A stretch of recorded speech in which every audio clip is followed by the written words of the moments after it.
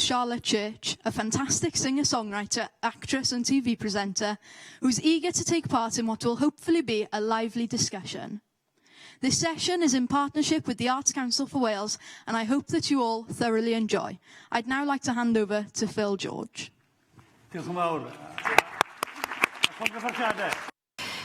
Thank you very much and congratulations. And good afternoon to you all. The Arts Council of Wales, and it's a delight to be introducing Charlotte and to open up this conversation today about culture and democracy. Charlotte Church's story is in many ways so familiar that we forget how extraordinary it is, how extraordinary she is.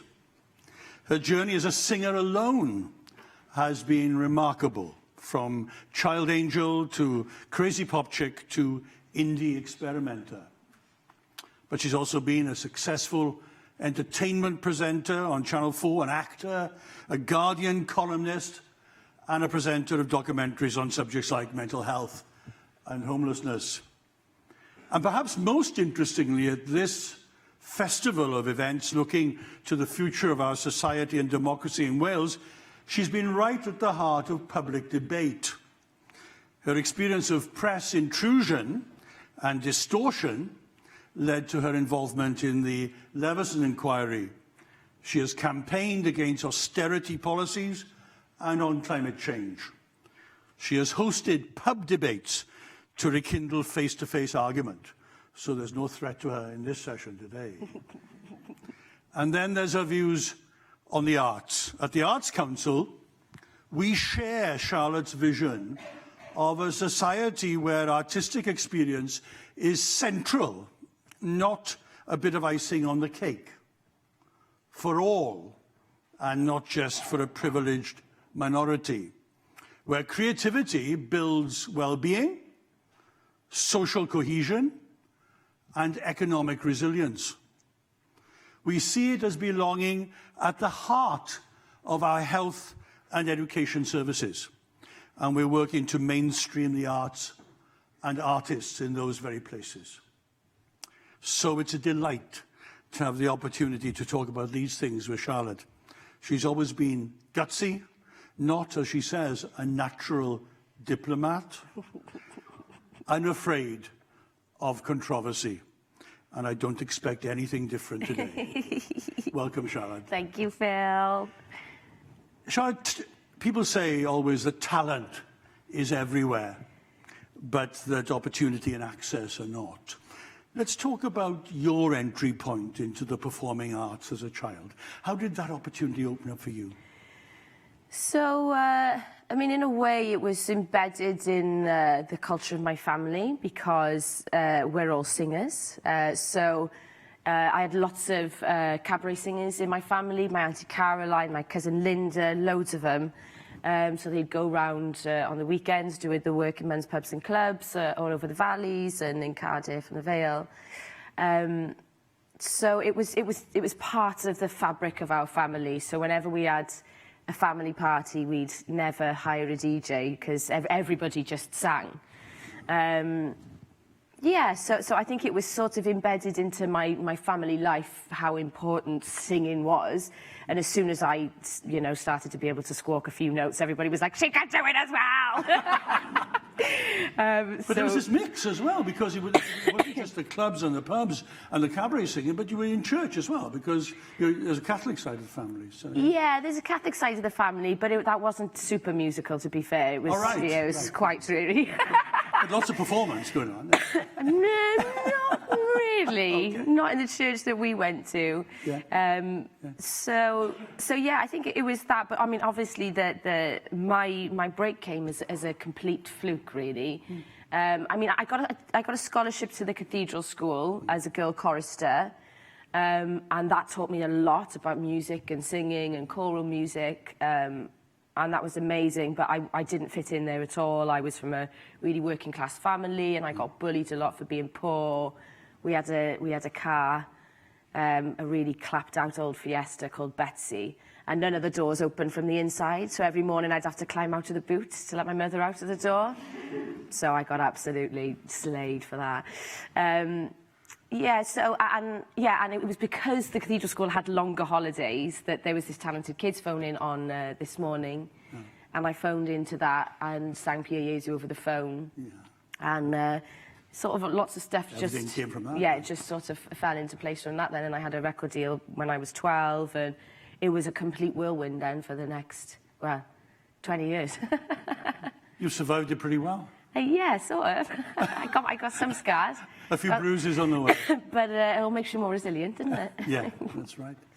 In fact, we all remember that time, which was in some ways surrounded by some disgusting press activity, when you moved out of the childhood phase of your life as a performer and became a young woman performer.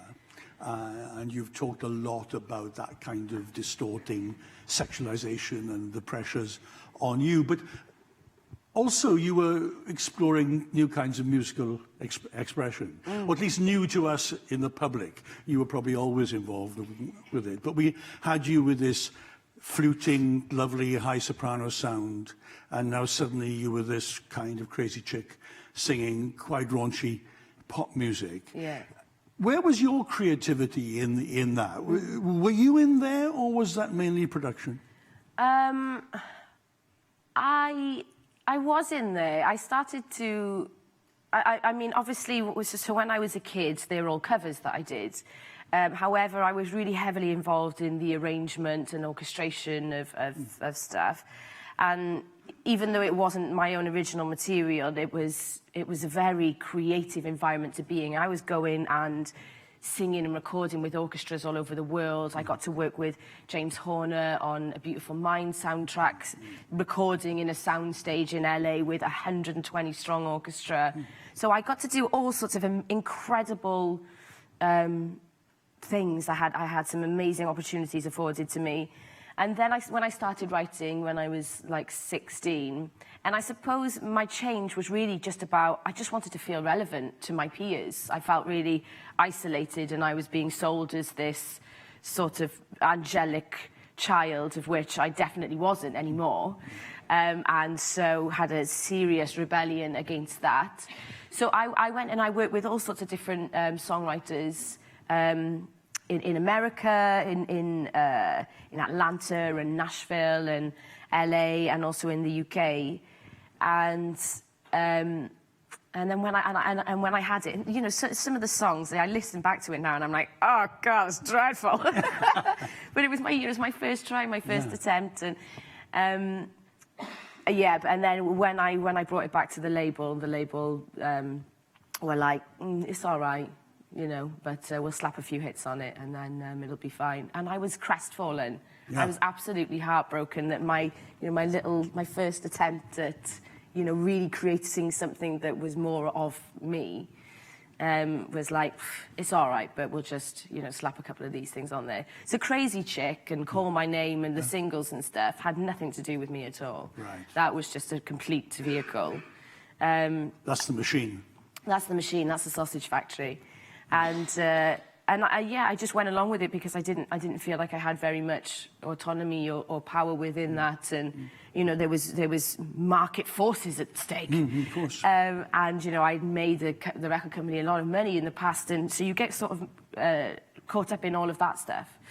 But it didn't take long for me to get out of that, which I was like, this is nonsense. I'm not going to be a part of this. But yeah, I had to wait a couple of years when to really start to understand how I was being manipulated, you know, and used. And all the things you've been through and all the pressures you've been exposed to, you've kept that inner creative flame alive because, you know, in the last maybe 4 or 5 years, we've seen a lot of your more experimental work. We've seen the kind of indie stuff you've done. We've seen that kind of almost hippie feel to it, and the kind of stuff that Griff does. Also, it has a relationship with that kind of remarkably strong Welsh tradition, actually, of exploring the folky and other ends of the spectrum. That's been important to you, to sustain that autonomy.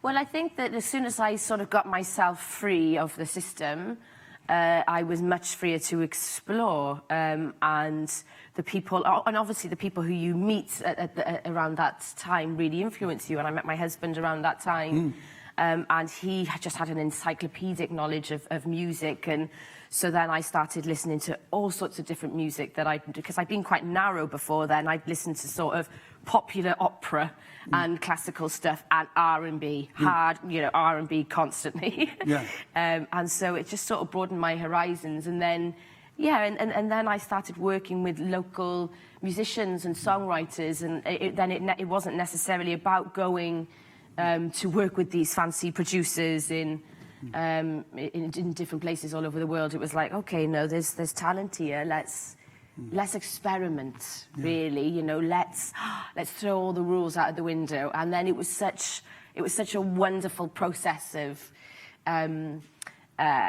experimentation and creativity, and it was just a very wonderful and wondrous sort of process of discovery, really. It was terrific you've come out the other side with a sausage machine. Yeah. Able to do that. Yeah. And that's something that we all need to hold on to. You've had a major international profile for a long time, and I suppose we'd all like to know from your experience how important are arts and culture for Wales's profile in the world, because I've got skin in the game, as chair of the Arts Council. It's my job to tell people that it's hugely important for our international profile. But what's been your experience of that? Is it? You mean what is my experience do you think that of Wales standing in the world? Is recognised No. because of arts and culture? No.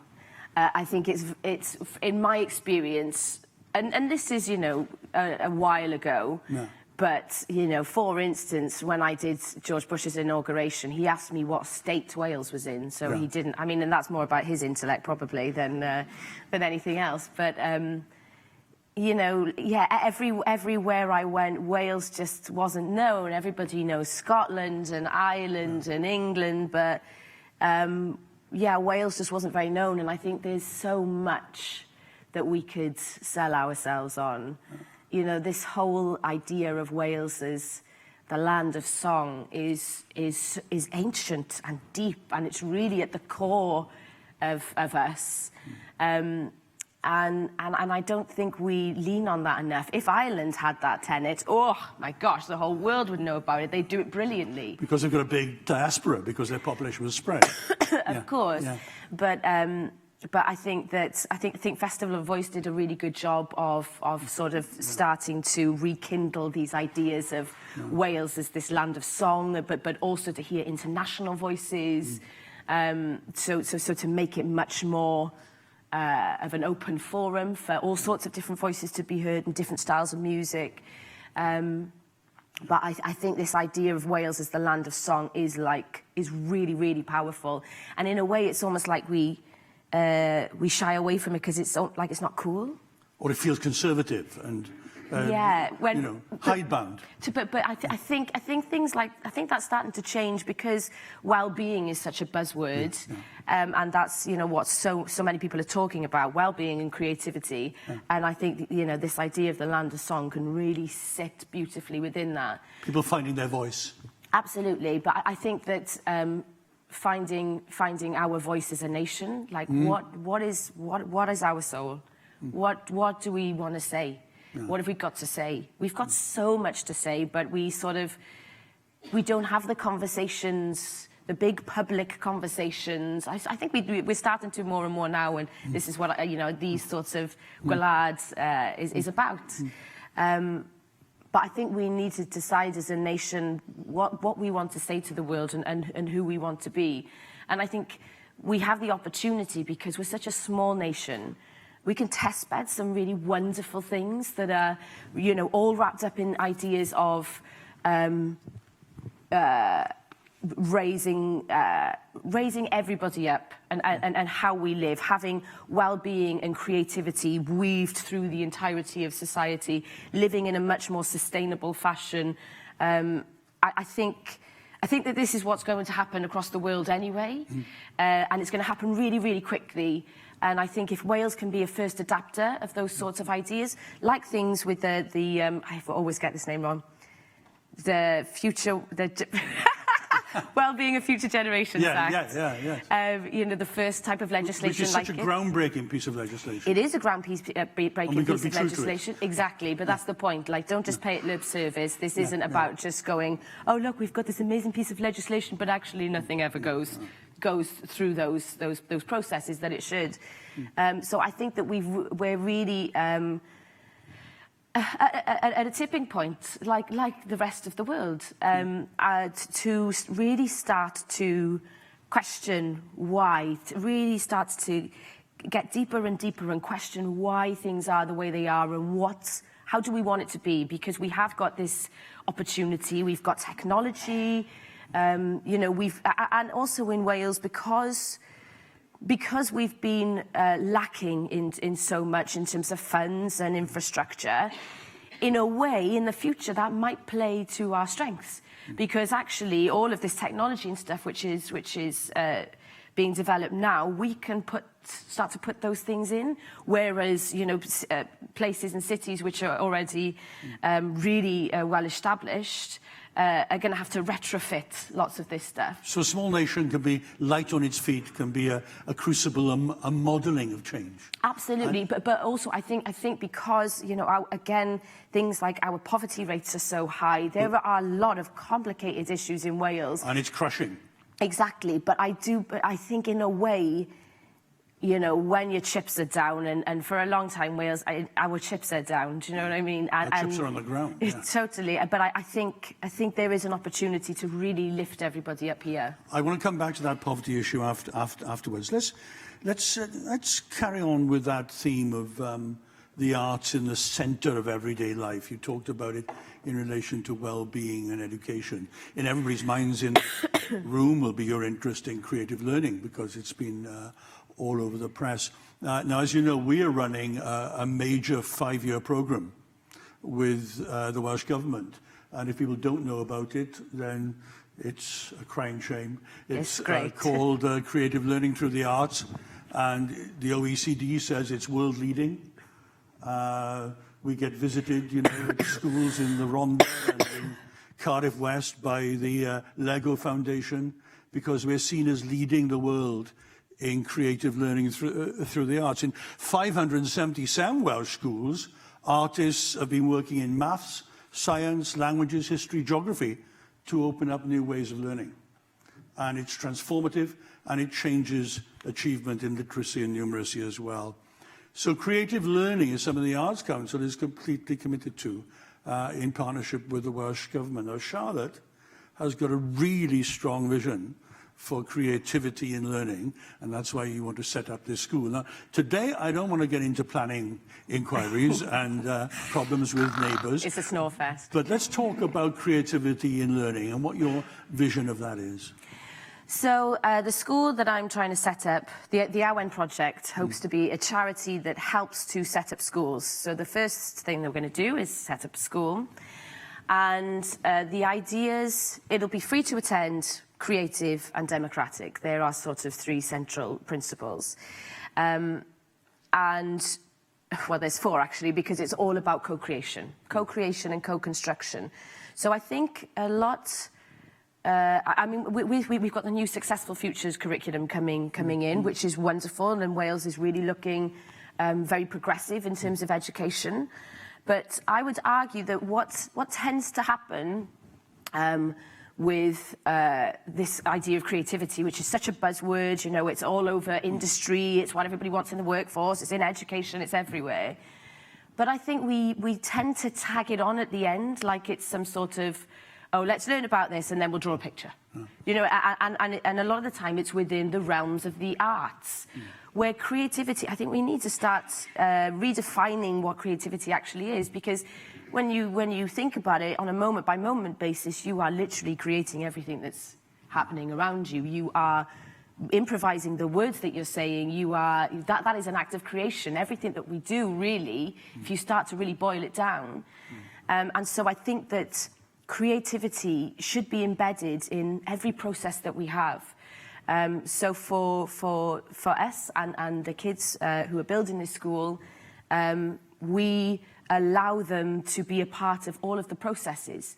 So rather than, so for instance, when they first got into the classroom, there was nothing in there. There was no furniture, there was nothing in there. And so part of what they have to do is go, okay, well, what do we need? What do we want? What does a classroom look like? What do we want our classroom to look like? And then, and all of that starts to shape conversation about, well, what do we want to learn? Well, okay, well, you know, we sort of need to know what we want to learn to know what stuff we need. And so all of these different processes start to just blossom, and all of these conversations and all of this peer-to-peer learning through the process of actual embedding creativity right at the very start of every process. Yeah. They are making their own rules, their own sort of constitution on how they should behave with each other, what sort of community they want to build, how they'll enforce rules, or will they enforce them? Will they even write rules down because then they need to be sanctioned? So all of these really interesting conversations start to happen when kids are a part of the process of creating their own school. This is central to the kind of citizens they'll become, yeah. Because they won't be passive observers of politics, they'll be makers of their world. This is why exactly. Central to democracy. Absolutely, and it's a lot on the themes of, again, these are things which are happening all over the world. This isn't, you know, this isn't brand new. No. These ideas of participatory democracy, so that citizens start to be in control of some funds of government to create the stuff that they need. So that actually the users of systems, whether that be in health, whether it be for social stuff within the community. Procurement of services locally. Exactly. So people start to be part of the creative process of creating that stuff, but also of just, you know, deciding how it looks. All of those creative processes embedded right from the start. And again, I think that Wales can be a world leader in this sort of stuff because we've got such a small nation. We can be quite close to government. You know, the Westminster is everybody's far away, and this is part of the problem of what we're facing at the moment with the B word, and is that people feel completely so far away from the process. And I think in Wales we could be much closer to government and these processes, and have much more ownership over what we create. It's a visionary position, and it's exciting. You will hear the huge silent wail of skepticism about it. Of course. All around us, because every time we talk about creative learning, people say, well, you know, but what we need is skills and tools like literacy and numeracy. And the notion that creativity is the root to those is sometimes very hard to express and to sell to people. I was interested the other day, looking at what Andreas Schleicher has said at the OECD. He's the man behind the PISA test. Yeah. And he now says, I made a huge mistake. I left out creativity. Yeah. And the result of that is that we're building a generation of young people who are being fitted for the widget-making world, which won't exist. Totally. And so top-down teacher-instructor people is not the future. The future is collaborative learning, problem-solving together. My goodness, that's a hard message to sell out there in the streets. It is a hard message to sell. However, it's happening all over the world, and the science and the data is really clear on it, that actually you embed creativity and everything is raised up, and well-being as well.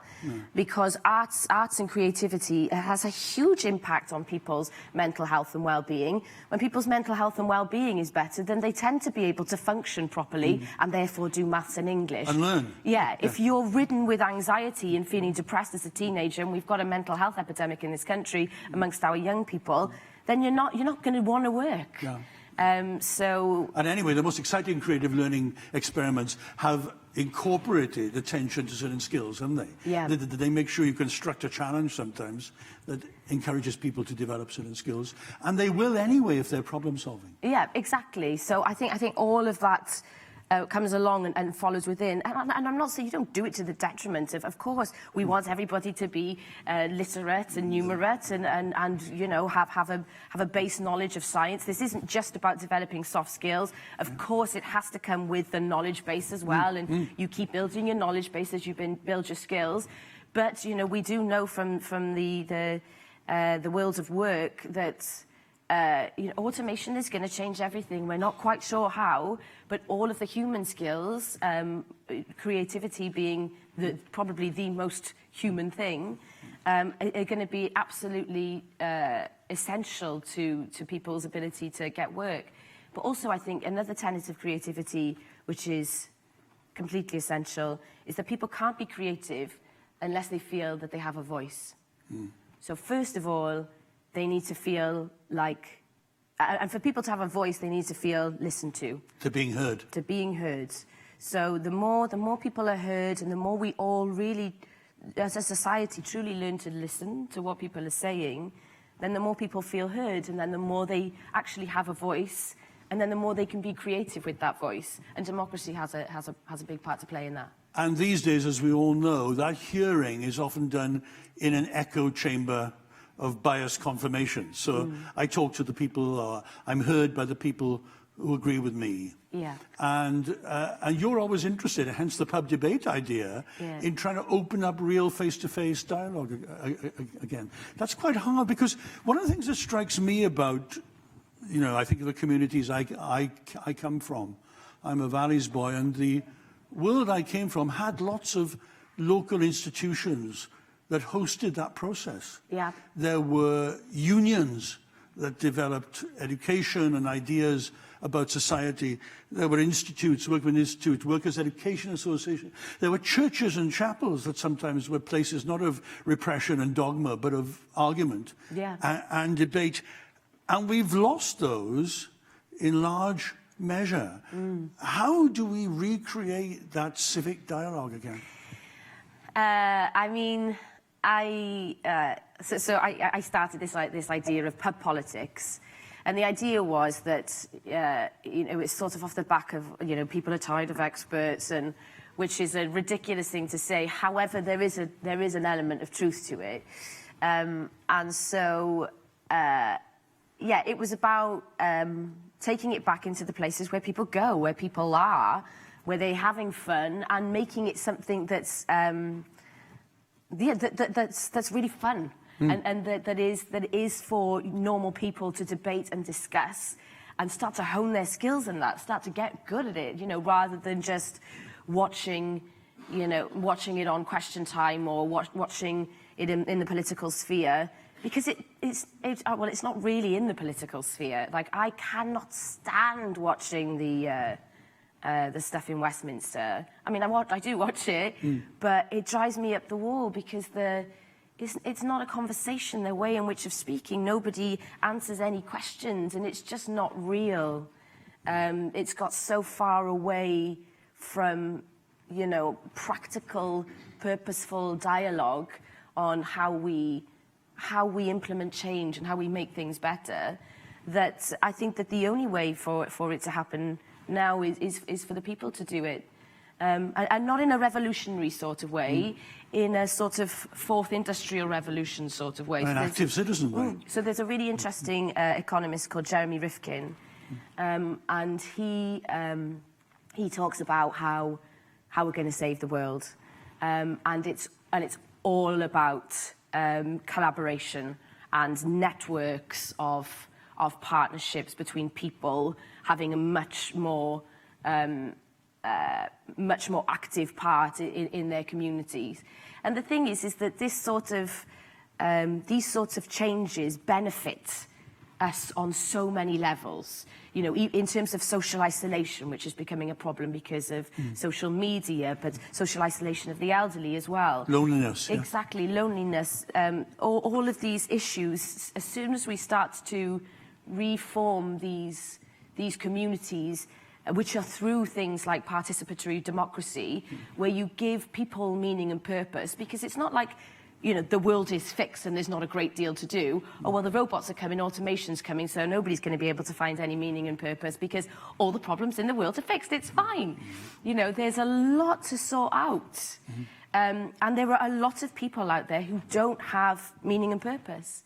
I was reading an article in The Guardian this week by a really good, sharp writer, and he was saying that there's a huge amount of evolution of new forms of political and social engagement going on. Yeah. And people developing participatory democracy locally. And it's completely under the radar of the way the media reports, because the media reports established democratic institutions and what the elected politicians say. Yeah. And all this activity is under that radar, and it's emerging. You pick up some of it, you pick up stuff like the Preston experiment in local sourcing of services and products and so on.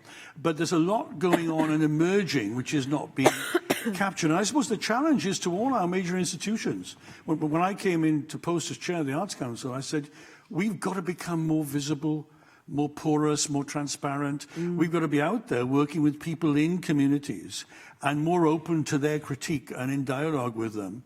Because if we're just seen as some distant funder of arts activity, we're going to die. Yeah. And that's a challenge to us all. The challenge to broadcasters, Yeah. challenge to our democratic institutions.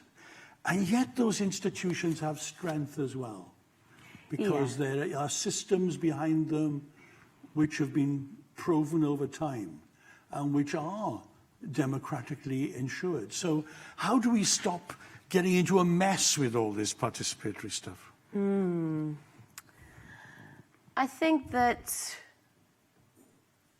we, as our Council Wales have done, we make sure it's diverse.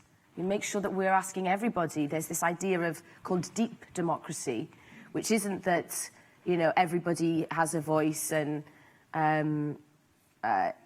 because what ends up happening in that is that some people speak louder than others, and some people are quite comfortable and quite confident in sharing their opinion often, and some people just aren't, and some people don't understand. And so a deep democracy is the idea of really coaxing it out of people that actually there is, by listening and making sure we hear absolutely everybody, that's where all the answers lie. The answers don't lie in a democracy where, you know, the loudest people are always heard. So I think part of that is about diversity.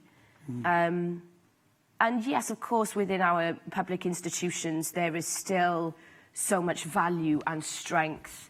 But I would also argue that they are, and we do have to be very adaptable now. This is an evolutionary thing. This is about survival of the fittest, and the fittest isn't about being the most toned or physical. It's about your ability to adapt. And this is what technology is making us do. Everything's coming really, really fast. And personally, I think that that's part of the reason why there's an anxiety epidemic, is because everything is just becoming really, really, really fast. And so we have to be much more fluid and much more creative, but much more comfortable in a liminal space. I love this. So a liminal space is the idea of a transitionary phase where there's quite a lot of chaos. But it's a process of which you will emerge, but to be in the liminal space, you have to be sort of quite comfortable and be able to hold yourself within something that's quite chaotic. And I feel like this is what's happening in the world currently. But there's still a way in which to navigate a path, but it is about things like creativity and well-being, generosity and kindness, and really looking to these really positive human attributes that we all value, that we all want to emulate and be, but actually putting some real work and some real money behind actually doing that stuff. You know, this is all eminently possible, but rather than, you know, sticking on the narrative of taking the mickey out of the hippies for saying, you know, it's all about peace, love and understanding, man, but it sort of is.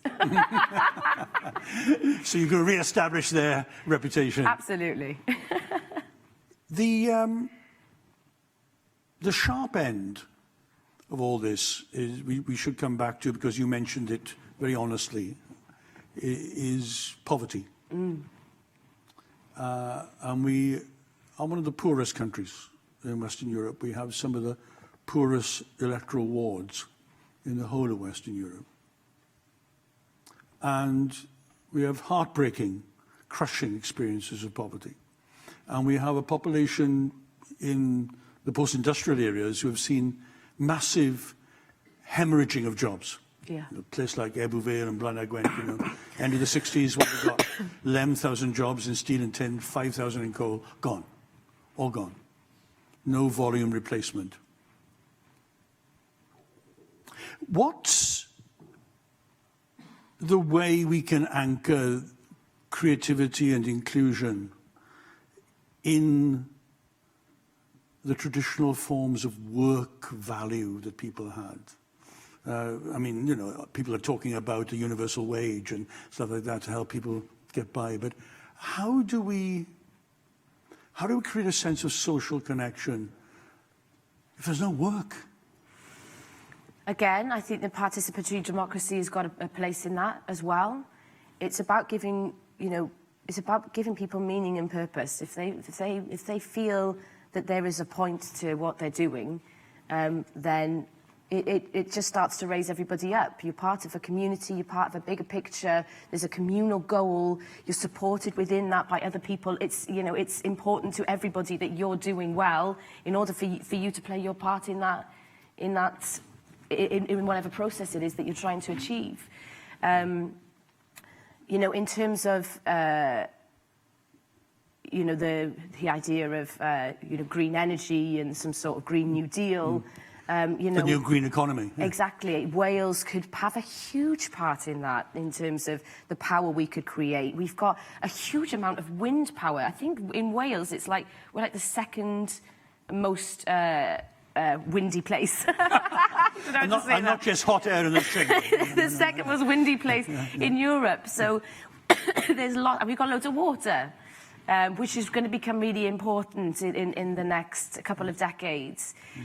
So I think, again, we go to these principles which are quite, I think, very deep within Welsh people as well, of nature. I think we are quite close to nature. Sort of the ancient culture of Wales is very natural and naturalistic. So I think that we need to, and this is what I'm talking about, in a way we haven't been completely industrialized. Do you know what I mean? We're all of those, lots of countries that have gone way ahead of us in terms of the economy and being able to create money, but making these big, ugly, a lot of the time, cities and I think in a way, because Wales has lagged behind so much, that might help us in the future, actually, in a way. So I think it's about understanding what we need as opposed to what we want, because they're two different things. And what we need is very little, really. So in our homeschool group, which it currently is, one of the first things the kids have done is made a scavenger list. So everything that we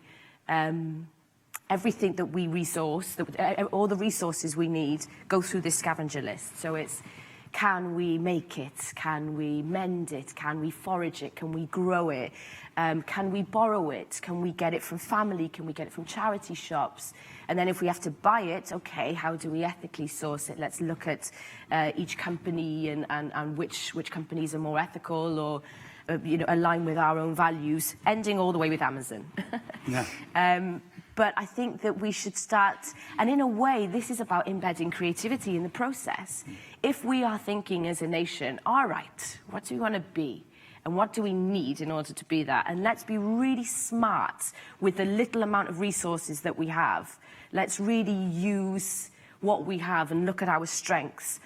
Do you know what I mean? So that we can be very ergonomic and adaptable. Last question to you before I open it up to the floor. I mean, I don't want to over-individualize this. It's about big issues. But you've had a lot of knocks.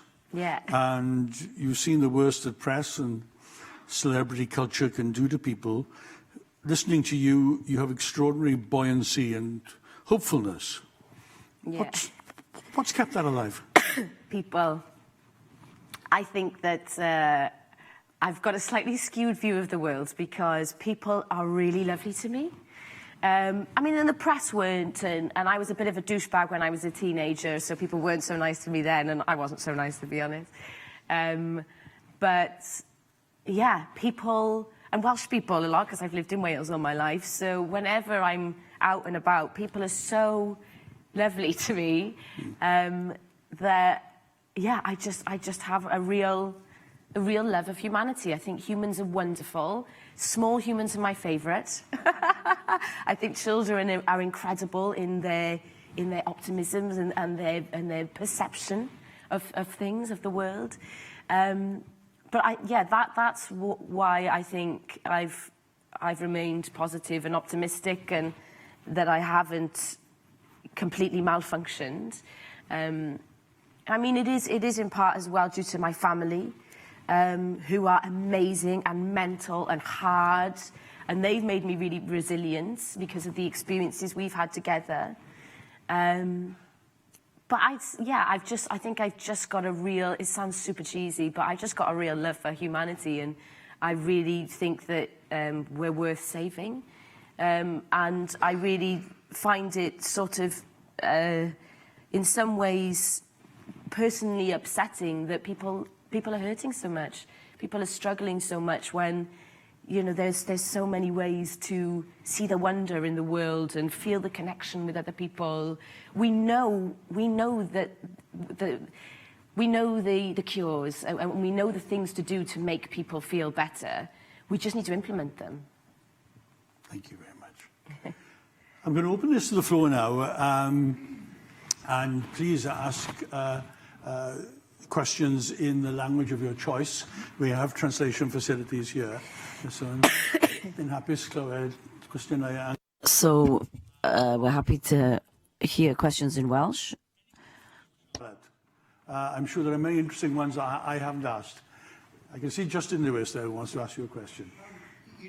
You talked about selling the story of Wales, which, you know, when you travel internationally, you just realise how little people know about Wales, and creativity is an obvious thing to sell around Wales. Is there a way we can do that, though, that isn't sort of just using the kind of traditional communications routes? Is there a way we can do that that's actually innovative and creative in itself, so that so the medium and the message become the same thing, so that we're telling a story of creativity to the world in a way that's incredibly creative, so people think, ooh, that's really worth listening to? I mean, absolutely. So with the school that I'm building, we want to make it the most creative place in the world. Why not? And everything that we produce as a school, as a faculty, whether it's, you know, information newsletters to the kids, all the stuff that the kids create, anything we present to the world, we want it to be the most creative thing, as creative as we possibly can, as informative and wonderful and wondrous. And there absolutely are ways to do that. I think a lot of it is about asking young people. They've got it in spades. And asking artists to collaborate with people, to give, so rather than maybe always going to graphic designers or people who work within the field, is that, again, you're making it more of a community project where people can work with artists and graphic designers or animators, or, you know, all sorts of different artistic people in order to help tell the story, but again, make it of the people. Sounds like a great project. When do we start? But presumably you think, Justin, that specialists need to be innovative too. It's not just the people, as it were. Yeah, and I guess you need both. I mean, you need those, I guess, kind of communication skills. They're important as well. But I think you're right. If there's a way of doing it where you get creatives involved in a way that allows us to think about doing that in a way that's completely new and completely different, then it's such a powerful way of doing it then. So we all need to be bolder. Absolutely. Thank you. Please put your hand up if you want to ask a question. I can see you then. Yes, in the front here. The mic is coming to you. Hi, Charlotte. Hiya. I know that you have personal experience that music transforms lives. So I wanted to ask, how do we give greater voice, choice and access to music education for all young people in Wales?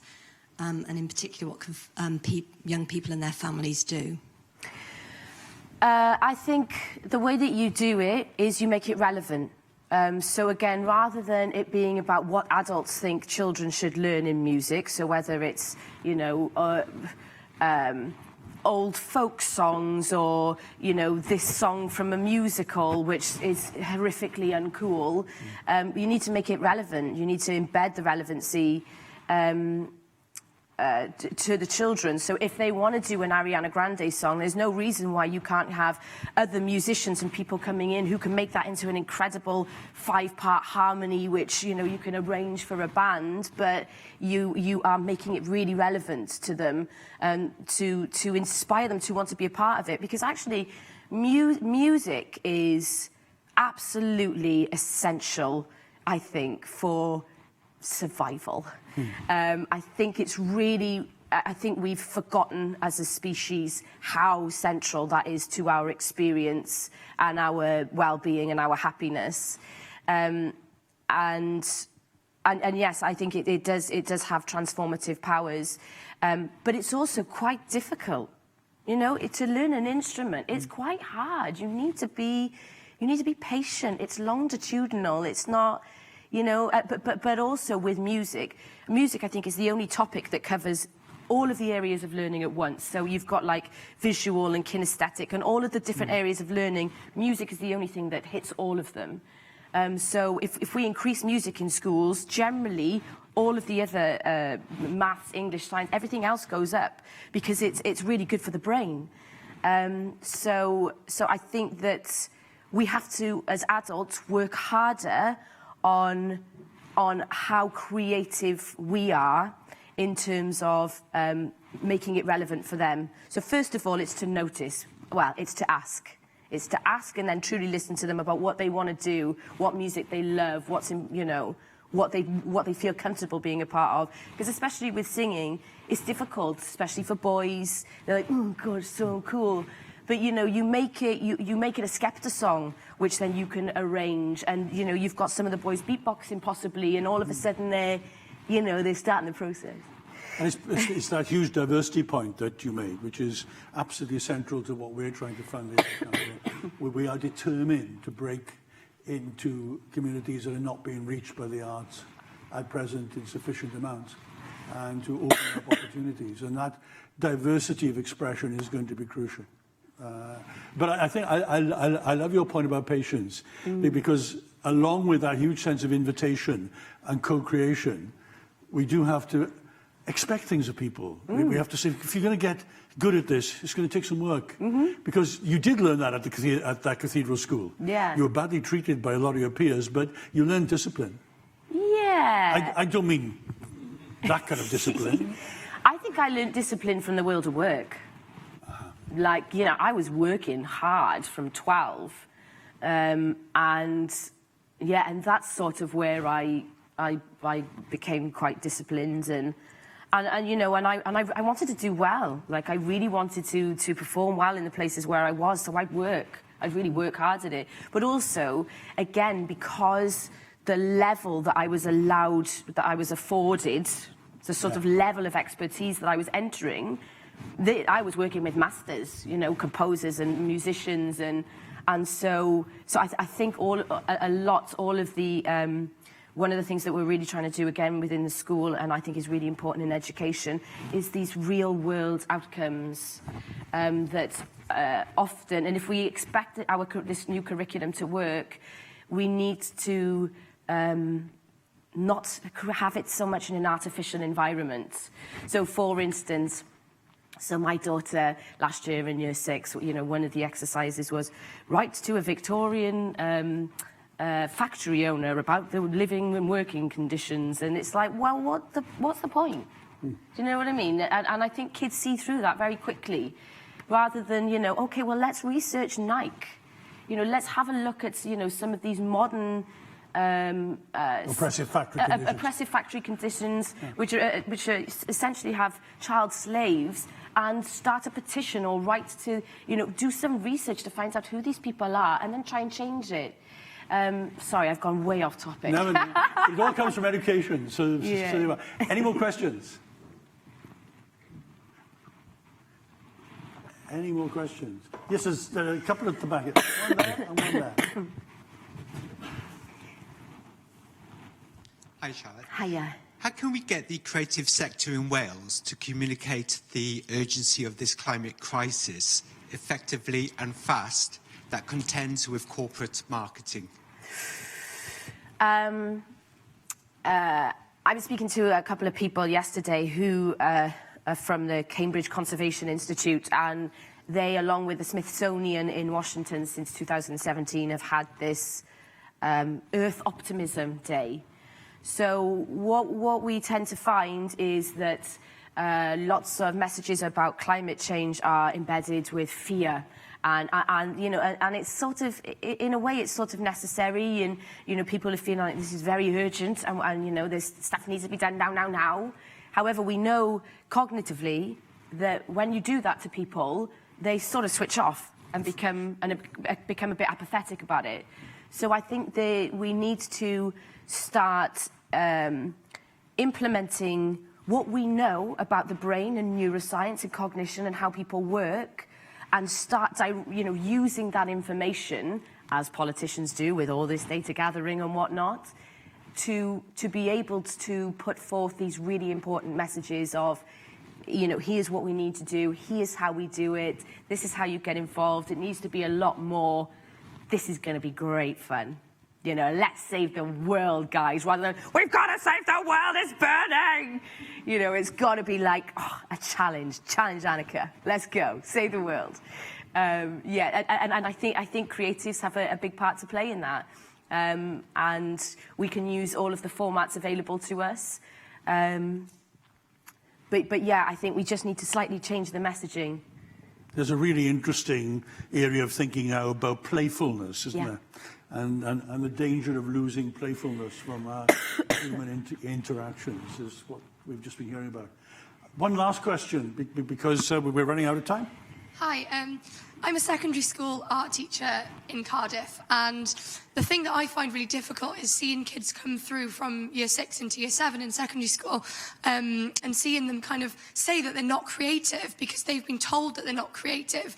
Do you think that this is something that needs to be changed, you know, much lower, you know, so that in future life they actually realise that creativity is so much more than just music lessons and that just art lessons? I just wonder what you think of that. I think it's essential, absolutely, that we start to change the definition around what creativity is. As I was saying earlier, creativity is absolutely everything that we ever do, in my mind, and so there is constant opportunity to be as creative as you want. I could try and, you know, make up a poem on the spot right now and it'd be really creative, but even just, you know, the way that I'm speaking, it's an act of creation. Everything that we do, what our, you know, what events that we plan, what parties we have, how our house looks. You know, there's so many opportunities for creativity, and we should be teaching our young people that the same stuff, that it isn't just about the arts, but also I think it is a little bit tricksy with that age group, because they are going through such huge changes in the brain. So what we thought of as just sort of hormones, what we know now is that actually the brain is going through some crazy processes of pruning neurons and synaptic connections and completely sort of remodeling the brain. And so I think there is a very natural drop-off between that imagination and play, and then they get a bit more self-conscious and, oh, I can't do that, and I'm not expressing. So I do think that's part of a natural process as well. But even through that, you know, there's ways. Again, it's about making it relevant, making it relevant to their experience, that, you know, they don't want to do the playful, childish, imagination things, which, you know, at that point they think are babyish, but it's about making it really relevant to their experience. And at that time, for all teenagers, no matter where you live, you might live in the most rural, idyllic place, but, you know, they think that they're hard up, their life is gritty and edgy and street. Do you know what I mean? That's the general sort of teenage path. That's a pretty big generalisation, but just to always make it relevant, and the only way that we can make it relevant is by truly listening to them. It's a good way to end.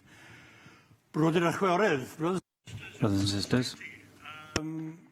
Many thanks for coming today, but above all, I think we owe a huge expression of our gratitude and thanks to this remarkable woman who has delighted and amazed us. Thank you very much.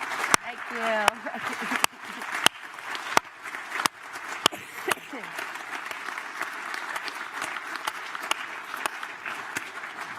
We have talked about arts and culture and creativity and well-being and health. She is suffering today and has been suffering for about a week. So we are delighted that she has been with us today and given us so much to think about. Diolch am ddod. For coming.